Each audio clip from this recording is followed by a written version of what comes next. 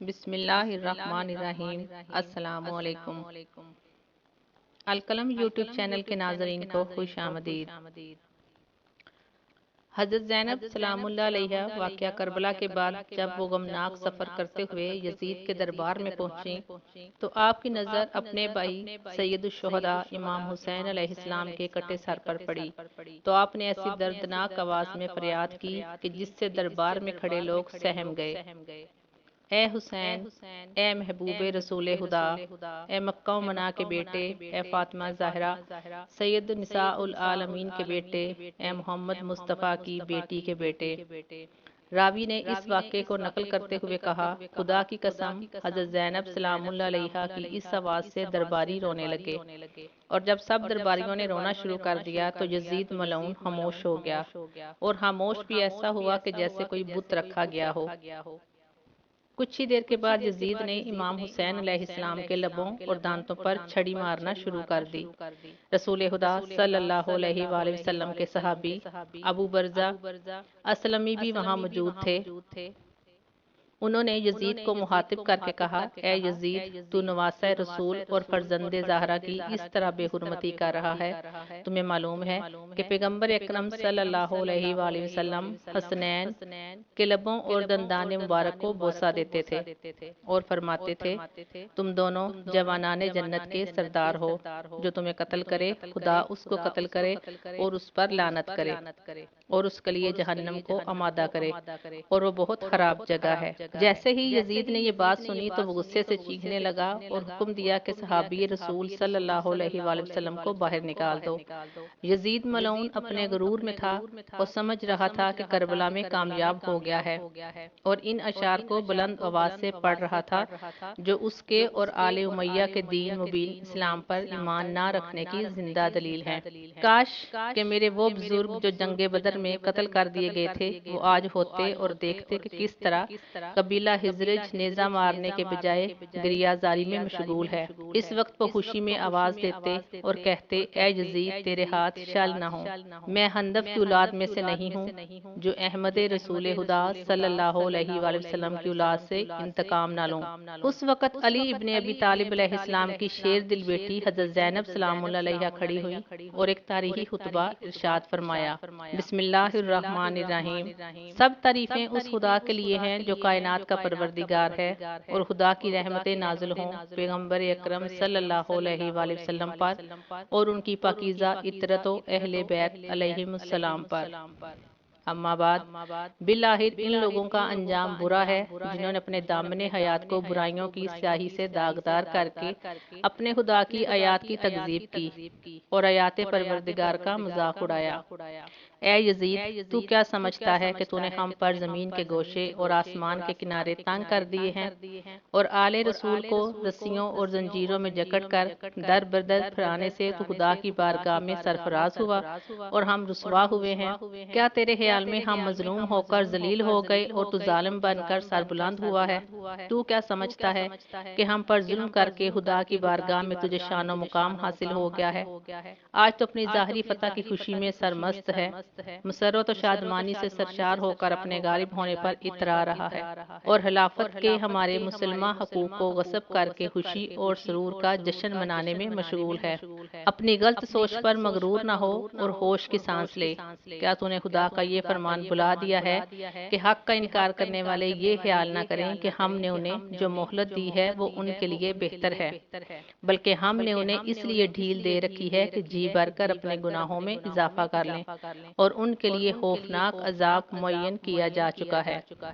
اس کے بعد فرمایا، اے تعلقہ کے بیٹے، کیا یہ تیرا انصاف ہے کہ تو نے اپنی مستورات اور لونڈیوں کو چادر اور چار دیواری کا تحفظ فراہم کر کے پردے میں بٹھا رکھا ہے، جبکہ رسول زادیوں کو سر برہنہ در بدر پھرا رہا ہے؟ تو نے مہدرات عصمت کی چادریں لوٹ لیں اور ان کی بے حرمتی کا مرتکب ہوا۔ تیرے حکم پر اشقیاء نے رسول زادیوں کو بے نقاب کر کے شہر بشہر پھرایا۔ تیرے حکم پر دشمنان نے خدا اہل بیت رسول کی پاک دامن مستورات کو ننگے سر لوگوں کے ہجوم میں لے آئے، اور لوگ رسول زادیوں کے کھلے سر دیکھ کر ان کا مذاق اڑا رہے ہیں، اور دور و نزدیک کے رہنے والے سب لوگ ان کی طرف نظریں اٹھا اٹھا کر دیکھ رہے ہیں۔ ہر شریف و کمینے کی نگاہیں ان پاک بیبیوں کے ننگے سروں پر جمی ہیں۔ آج رسول زادیوں کے ساتھ ہمدردی کرنے والا کوئی نہیں ہے۔ آج ان قیدی مستورات کے ساتھ ان کے مرد موجود نہیں ہیں جو ان کی سرپرستی کریں۔ آج آل محمد کا معین و مددگار کوئی نہیں ہے۔ اس شخص سے بلائی کی کیا توقع ہو سکتی ہے جس کی ماں نے پاکیزہ لوگوں کے جگر کو چبایا ہو، اور اس شخص سے انصاف کی کیا امید ہو سکتی ہے جس نے شہیدوں کا خون پی رکھا ہو۔ وہ شخص کس طرح ہم اہل بیت پر مظالم ڈھانے میں کمی کر سکتا ہے جو بغض و عداوت اور کینے سے بھرے ہوئے دل کے ساتھ ہمیں دیکھتا ہے۔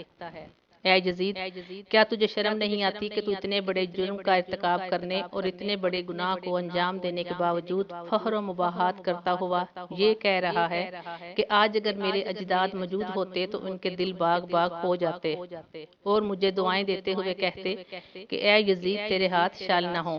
اے یزید، کیا تجھے حیا نہیں آتی کہ تو جوانان جنت کے سردار حسین ابن علی کے دندان مبارک پر چھڑی مار کر ان کی بے ادبی کر رہا ہے؟ اے یزید، تو کیوں خوش نہ ہو اور فخر و مباحات کے قصیدے نہ پڑے کیونکہ تو نے اپنے ظلم و استبداد کے ذریعے فرزند رسول خدا اور عبد المطلب کے خاندانی ستاروں کا خون بہا کر ہمارے دلوں کے زخموں کو گہرا کر دیا ہے، اور شجرہ طیبہ کی جڑیں کاٹنے کے گناہ جرم کا مرتکب ہوا ہے۔ تو نے اولاد رسول کے خون میں اپنے ہاتھ رنگین کیے ہیں۔ تو نے عبد المطلب کے خاندان کے ان نوجوانوں کو تہ تیگ کیا ہے جن کی عظمت و کردار کے درخشندہ ستارے زمین کے گوشے گوشے کو منور کیے ہوئے ہیں۔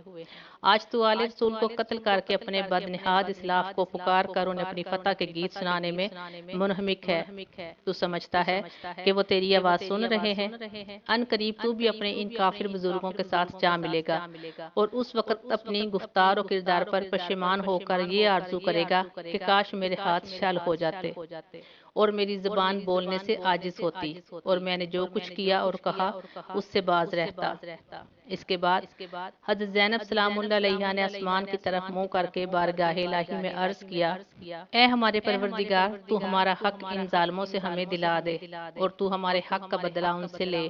اے پروردگار، تو ہی ان ستمگروں سے ہمارا انتقام لے، اور اے خدا تو ہی ان پر اپنا غضب نازل فرما جس نے ہمارے عزیزوں کو خون میں نہلایا اور ہمارے مددگاروں کو تہ تیگ کر دیا۔ اے یزید، تو نے جو ظلم کیا ہے یہ اپنے ساتھ ظلم کیا ہے۔ تو نے کسی کی نہیں بلکہ اپنی ہی کھال چاک کی ہے، اور تو نے کسی کا نہیں بلکہ اپنا ہی گوشت کاٹا ہے۔ تو رسول خدا کے سامنے ایک مجرم کی صورت میں لایا جائے گا اور تجھ سے تیرے اس گھناؤنے جرم کا سوال ہوگا کہ تو نے اولاد رسول کا خون ناحق کیوں بہایا، اور رسول زادیوں کو کیوں در بدر پھرایا، اور رسول کے جگر پاروں کے ساتھ ظلم کیوں کیا۔ اے یزید، یاد رکھ کہ خدا آل رسول کا تجھ سے انتقام لے کر ان مظلوموں کا حق انہیں دلائے گا اور انہیں امن و سکون کی نعمت سے مالا مال کر دے گا۔ خدا کا فرمان ہے کہ تم گمان نہ کرو کہ جو لوگ راہ خدا میں مارے گئے وہ مر چکے ہیں، بلکہ وہ ہمیشہ کی زندگی پا گئے اور بارگاہ الہی سے روزی پا رہے ہیں۔ اے یزید، یاد رکھ کہ تو نے جو ظلم آل محمد پر ڈائے ہیں اس پر رسول خدا عدالت الہی میں تیرے خلاف شکایت کریں گے، اور جبرائیل امین آل رسول کی گواہی دیں گے۔ پھر خدا اپنے عدل و انصاف کے ذریعے تجھے سخت عذاب میں مبتلا کر دے گا، اور یہی بات تیرے برے انجام کے لیے کافی ہے۔ ان قریب وہ لوگ بھی اپنے انجام کو پہنچ جائیں گے جنہوں نے تیرے لیے ظلم و استبداد کی بنیادیں مضبوط کیں اور تیری آمرانہ سلطنت کی بساط بچھا کر تجھے اہل اسلام پر مسلط کر دیا۔ ان لوگوں کو بہت جلد معلوم ہو جائے گا کہ ستمگروں کا انجام برا ہوتا ہے اور کس کے ساتھی ناتوانی کا شکار ہیں۔ اس کے بعد فرمایا، اے یزید، یہ گردش ایام اور حوادث روزگار کا اثر ہے کہ مجھے تجھ جیسے بدنہاد سے ہم کلام ہونا پڑا ہے، اور میں تجھ جیسے ظالم و ستمگر سے گفتگو کر رہی ہوں، لیکن یاد رکھ میری نظر میں تو ایک نہایت پست اور گھٹیا شخص ہے جس سے کلام کرنا بھی شریفوں کی توہین ہے۔ میری اس جرأت سخن پر تو مجھے ستم کا نشانہ ہی کیوں نہ بنا دے، لیکن میں اسے ایک عظیم امتحان اور آزمائش سمجھتے ہوئے صبر و استقامت اختیار کروں گی، اور تیری بد کلامی و بد سلوکی میرے عزم و استقامت پر اثر انداز نہیں ہو سکتی۔ اے یزید، آج ہماری آنکھیں اشکبار ہیں اور سینوں میں آتش غم کے شعلے بھڑک رہے ہیں۔ افسوس تو اس بات پر ہے کہ شیطان کے ہمنوا اور بدنام لوگوں نے رحمان کے سپاہیوں اور پاک باز لوگوں کو تہ تیگ کر ڈالا ہے، اور ابھی تک اس شیطانی ٹولے کے ہاتھوں سے ہمارے پاک خون کے قطرے ٹپک رہے ہیں۔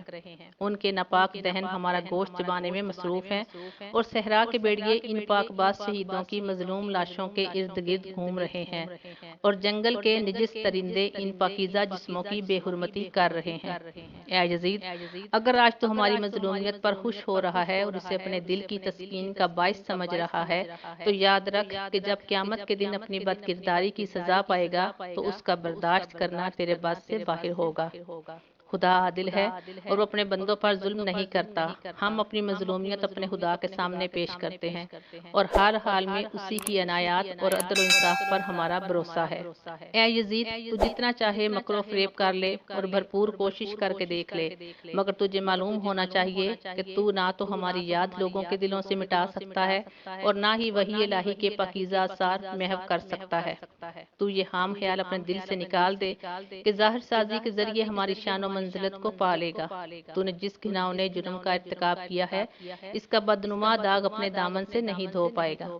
تیرا نظریہ نہایت کمزور اور گھٹیا ہے۔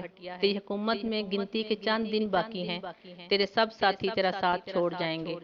تیرے پاس اس دن کی حسرت اور پریشانی کے سوا کچھ بھی نہیں بچے گا جب منادی ندا کرے گا کہ ظالم و ستمگر لوگوں کے لیے خدا کی لعنت ہے۔ ہم خدائے قدوس کی بارگاہ میں سپاس گزار ہیں کہ ہمارے خاندان کی پہلی فرد حضرت محمد صلی اللہ علیہ وآلہ وسلم کو سعادت و مغفرت سے بہرہ مند فرمایا، اور امام حسین علیہ السلام کو شہادت و رحمت کی نعمتوں سے نوازا۔ ہم بارگاہ ایزدی میں دعا کرتے ہیں کہ وہ ہمارے شہیدوں کے ثواب و اجر میں اضافہ و تکمیل فرمائے، اور ہم باقی سب افراد کو اپنی عنایتوں سے نوازے۔ بے شک خدا ہی رحم و رحمت کرنے والا اور حقیقی معنوں میں مہربان ہے۔